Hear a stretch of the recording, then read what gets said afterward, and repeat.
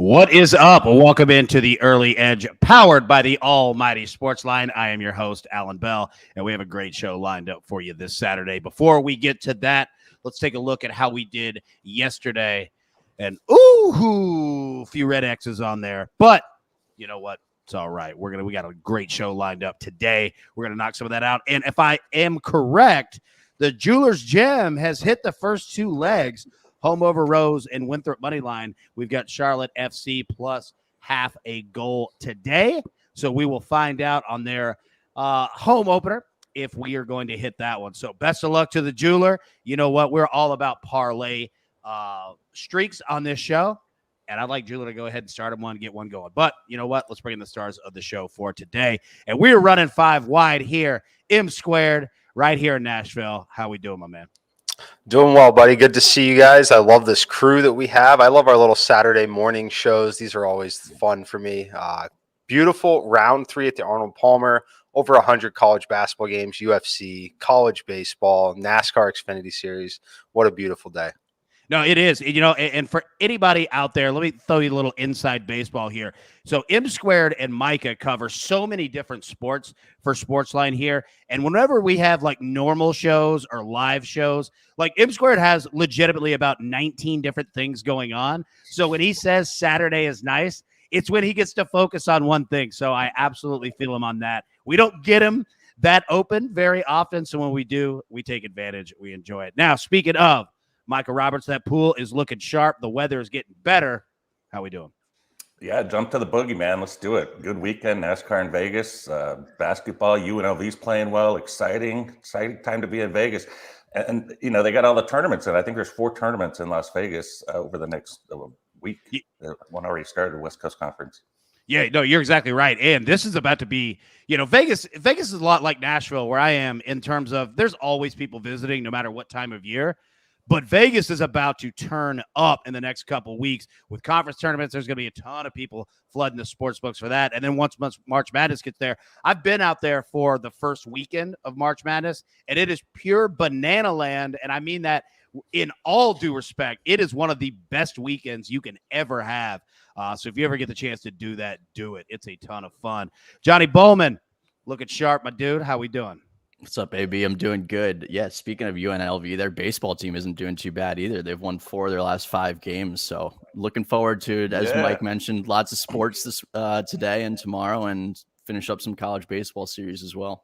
Yeah, there's a lot of good college baseball on today, this weekend. We're going to talk about that. Jay Smooth, looking sharp as always, my dude. What's up?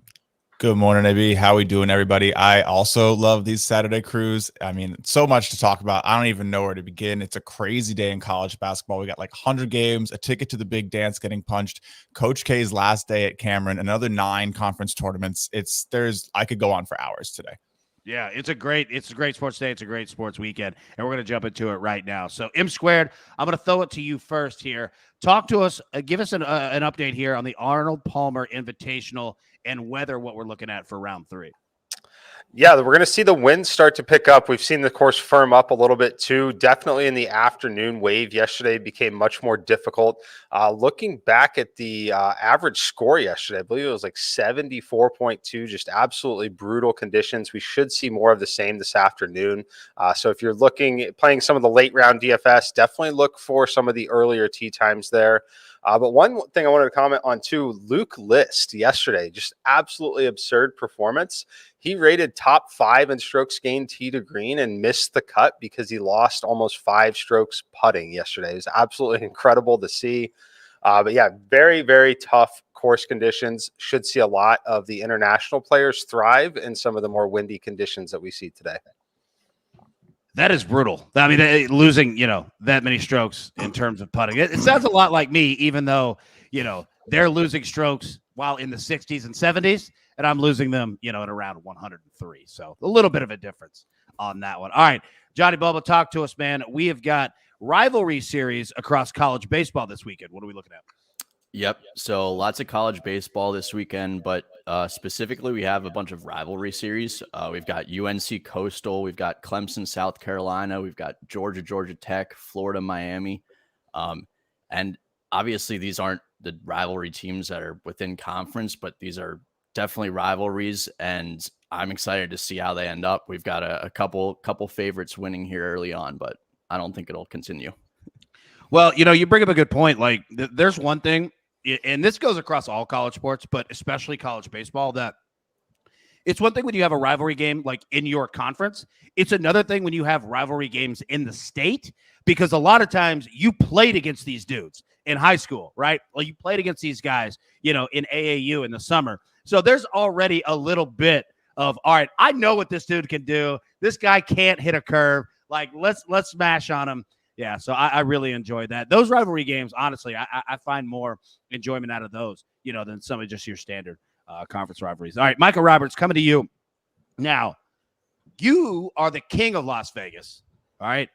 And NASCAR's coming to Las Vegas this weekend. Break it down for us. What are we looking at? Yeah, this is crazy, and I've dropped my NASCAR betting cut in half. I treat it like a super speedway race now, where anybody can win, because that's the fact. This new car, anybody can win. I saw a crazy stat the first 2 races, 19 top 10s in the first 2 races. That is insane. I've never, ever seen that before. Last week at Fontana, 9 different organizations finished in the top 10, and one of them wasn't Joe Gibbs Racing.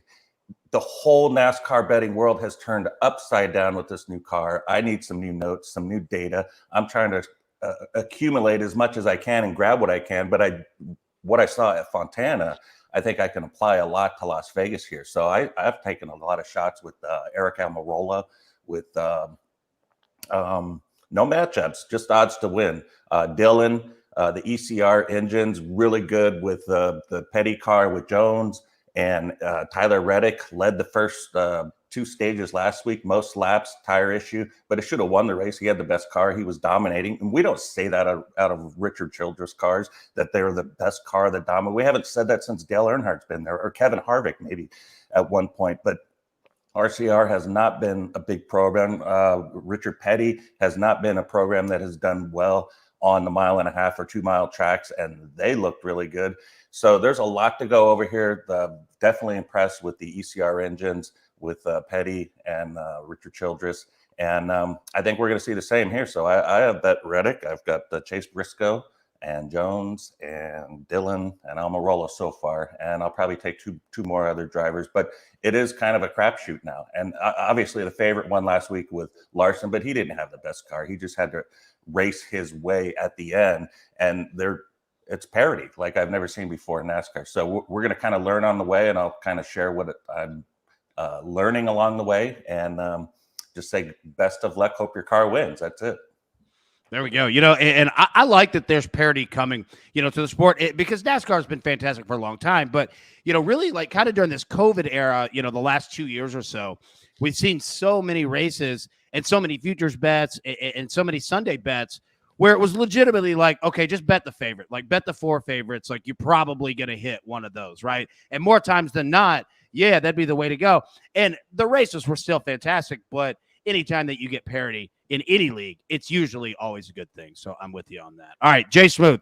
I am a man who is known to enjoy some nuggets from here to there, both food-wise and trends-wise, right? So we've got college basketball postseason already getting going. What trends are you seeing? What nuggets are you seeing so far? Yeah, I've been watching these trends, as March got started. We actually kind of got started February 28th, but that's not really the point. The unders were big yesterday, 4 and 10 for the unders in the 14 games. It's still been over heavy. We had such a heavy start with these overs. They're still 34 and 23. Favorites 31 and 24. So, the teams that you expect to win are taking care of business at a good rate. We saw some pretty interesting games yesterday. I know I'm seeing a lot of comments in the chat about Murray State, if they're going to cruise today. I mean, we saw them blow a huge lead, and Southeastern Missouri covered.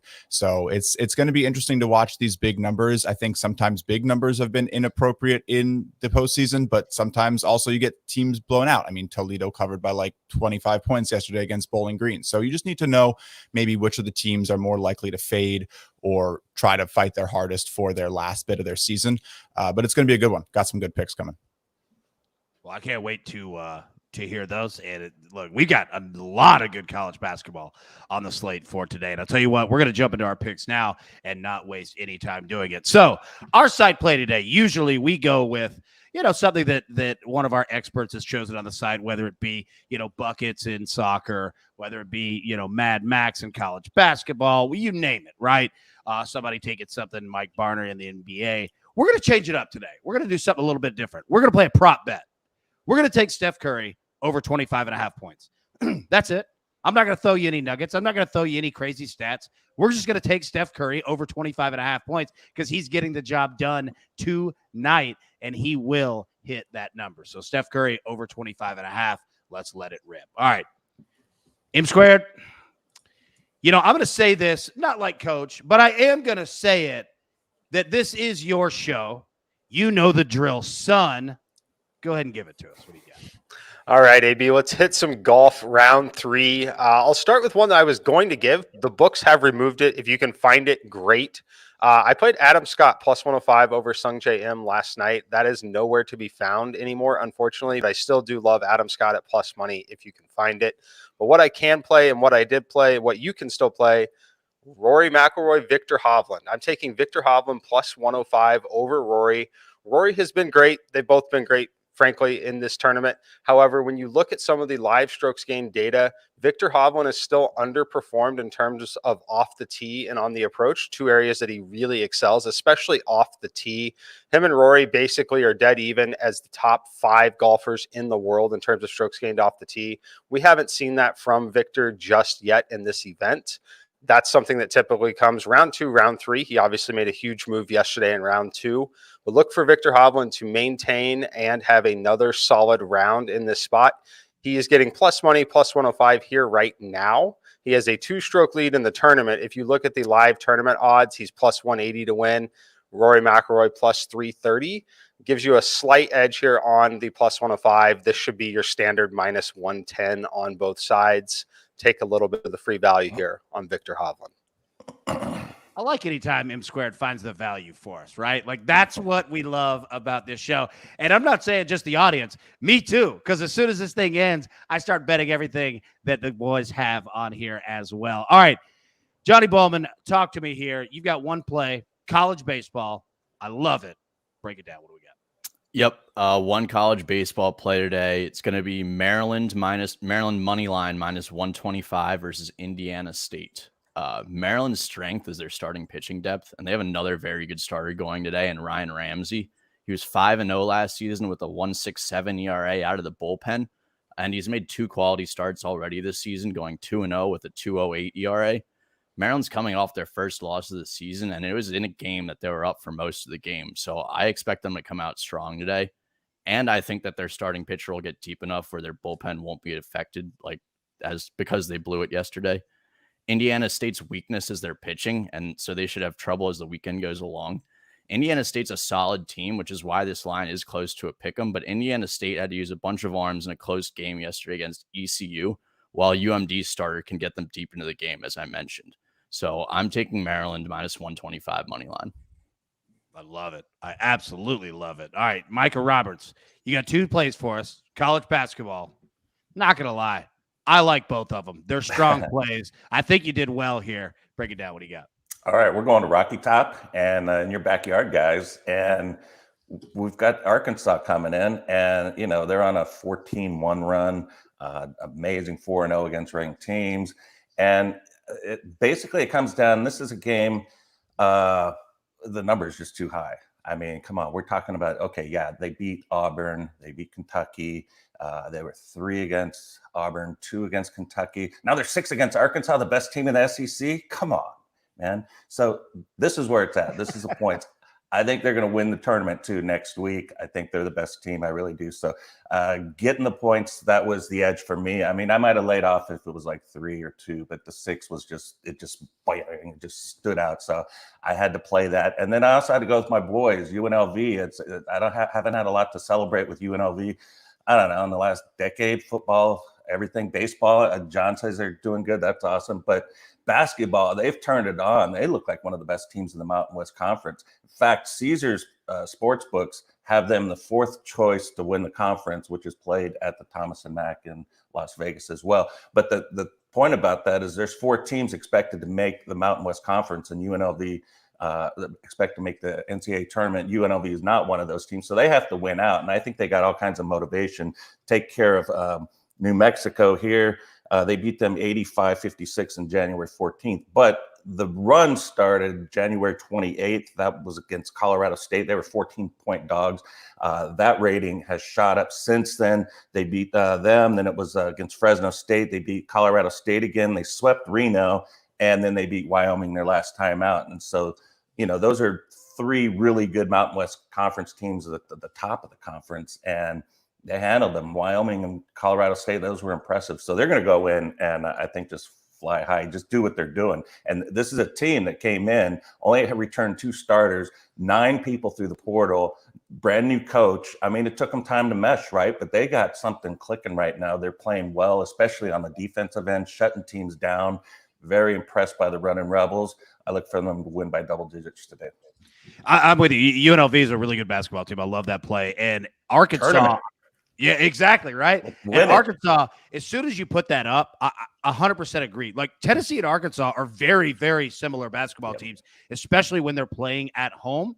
And you look at, Tennessee against the spread when they're a 3-point favorite or fewer, I think they might be 100% at home in regards to those games, but that's 3 points or fewer. They win tight games, but 6 points, man. Like I'm with you. As soon as I saw that, I was like, that's a lot of points now. 6.5 now. That's a lot of points, man. And again, like it could go. Any team can win this game, and any team could win this game by double digits. But I'm with you. Arkansas is that lethal of a basketball team, and if you're giving me 6.5, yeah, I'm generally going to take that every single time. All right, Jay Smooth, Saturdays when I host this show, you are always in the maestro spot because you are my dude. You got a couple plays today, college basketball. Break it down. What are we looking at?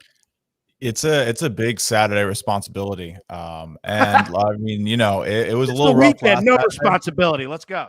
Yeah, I mean, look, we're out here to get it right. We had a nice little day yesterday, so let's just get to it. We're gonna go with a couple favorites, actually 3 favorites today. First one's gonna be Grand Canyon minus 13.5 versus Dixie. Dixie's pretty bad. Models are putting this line a little closer to 16, 17 points today. Grand Canyon should be able to get this done. They actually looked pretty good in a couple of their last games. I know they had a little trouble against a decent Utah Valley State team, but that team's also on my radar to bet today. I'm probably going to have a lot of plays on the site and all over Twitter. So it could be up to like 15 or 16 plays today, like a normal Saturday. It's our last big one of the year. So going to probably go all out. San Diego State minus 3.5 versus Nevada. This one's an interesting one. Nevada's kind of getting a little healthier, but are they really ready to play against one of the best teams in the Mountain West like San Diego State? San Diego State's looking to lock up a 2 seed with the win. It does help with seeding. It does help with matchups. Teams like to build momentum going into conference tournaments. This is going to be a tightly contested conference tournament. Micah was just talking about some of these really good teams out there in that conference. Mountain West is going to be a fun tournament out in Vegas. I actually really do like UNLV with that sneaky home factor. So might be a future bet for me coming in that one. And then Hawaii minus 6 against Northridge. Northridge is just kind of the bottom of the barrel. Hawaii has their own future in their hands. Irvine took a pretty weird loss to Cal Poly the other day. So Hawaii is actually number 1 in this conference right now, which means they can take home the title if they win this game. So I'm looking for a pretty serious win out of Hawaii. They're definitely going to want to take that number 1 seed into the tournament and try to get a bid to the big dance. This is where it starts. 6 points isn't enough. I think it should be 9. So yeah, we're laying the points with Grand Canyon, San Diego State, and Hawaii today. I like it. Those are sharp plays. I like it a lot. Now, I'm going to say something weird, but understand it. When you were speaking, I was sitting there watching you. I believe that I have that exact same jacket that you're wearing. I think that I have the exact same one. I'm going to take a look after the show. You got to wear it next Saturday. Yeah, I'm going to post a picture on Twitter, like right after this. I think I have the same one. So great picks, even better fashion choices. I respect it exactly what you're doing here. All right, everybody grab your paper, grab your pencil. Let's take a look at the recap here. Hopefully I can pull it up. And it does look glorious here. Ip Squared is on Victor Hovland plus 105 versus Rory McIlroy. That is about today in round 3 of the Arnold Palmer Invitational. Micah Roberts is on UNLV minus 3.5 and Arkansas plus 6. Justin Perry, Jay Smooth is on Grand Canyon minus 13.5. San Diego State minus 3.5. Hawaii minus 6. Love all three of those plays. Our man Johnny B, John Bowman, is on Maryland baseball money line today, minus 125. Our site play, we're going Steph Curry over 25.5 points, priced at minus 115. And the two-piece. Look, we alternate between the two-piece, between the AB3. Just depends on the value that we have. We don't ever want to force 3 plays in a parlay if we don't have it. So sometimes we got our two-piece, sometimes we got our AB3. Today we're going two-piece here, plus 238. We're going to roll with Duke minus 11.5. I realize that this is probably the squarest play on the board today, but I think Duke is that much better of a team against North Carolina, plus the emotional factor with Coach K. I think that they get that job done, and we're going to parlay that with Texas A&M basketball money line. Put those two together. That is plus 238. So that is all the damage that we can do for today. Thank you so much for tuning in. Have a wonderful Saturday, whether you're spending it with friends, family, or you're just like me and you're at the house alone, just betting on sports. Like, do that too. Whatever relaxes you on a Saturday, I hope you enjoy it. Have a great weekend. Let's cash some tickets. I'll tell you what, we'll see you in the morning. So thank you guys so much for tuning in, and we'll see you Sunday.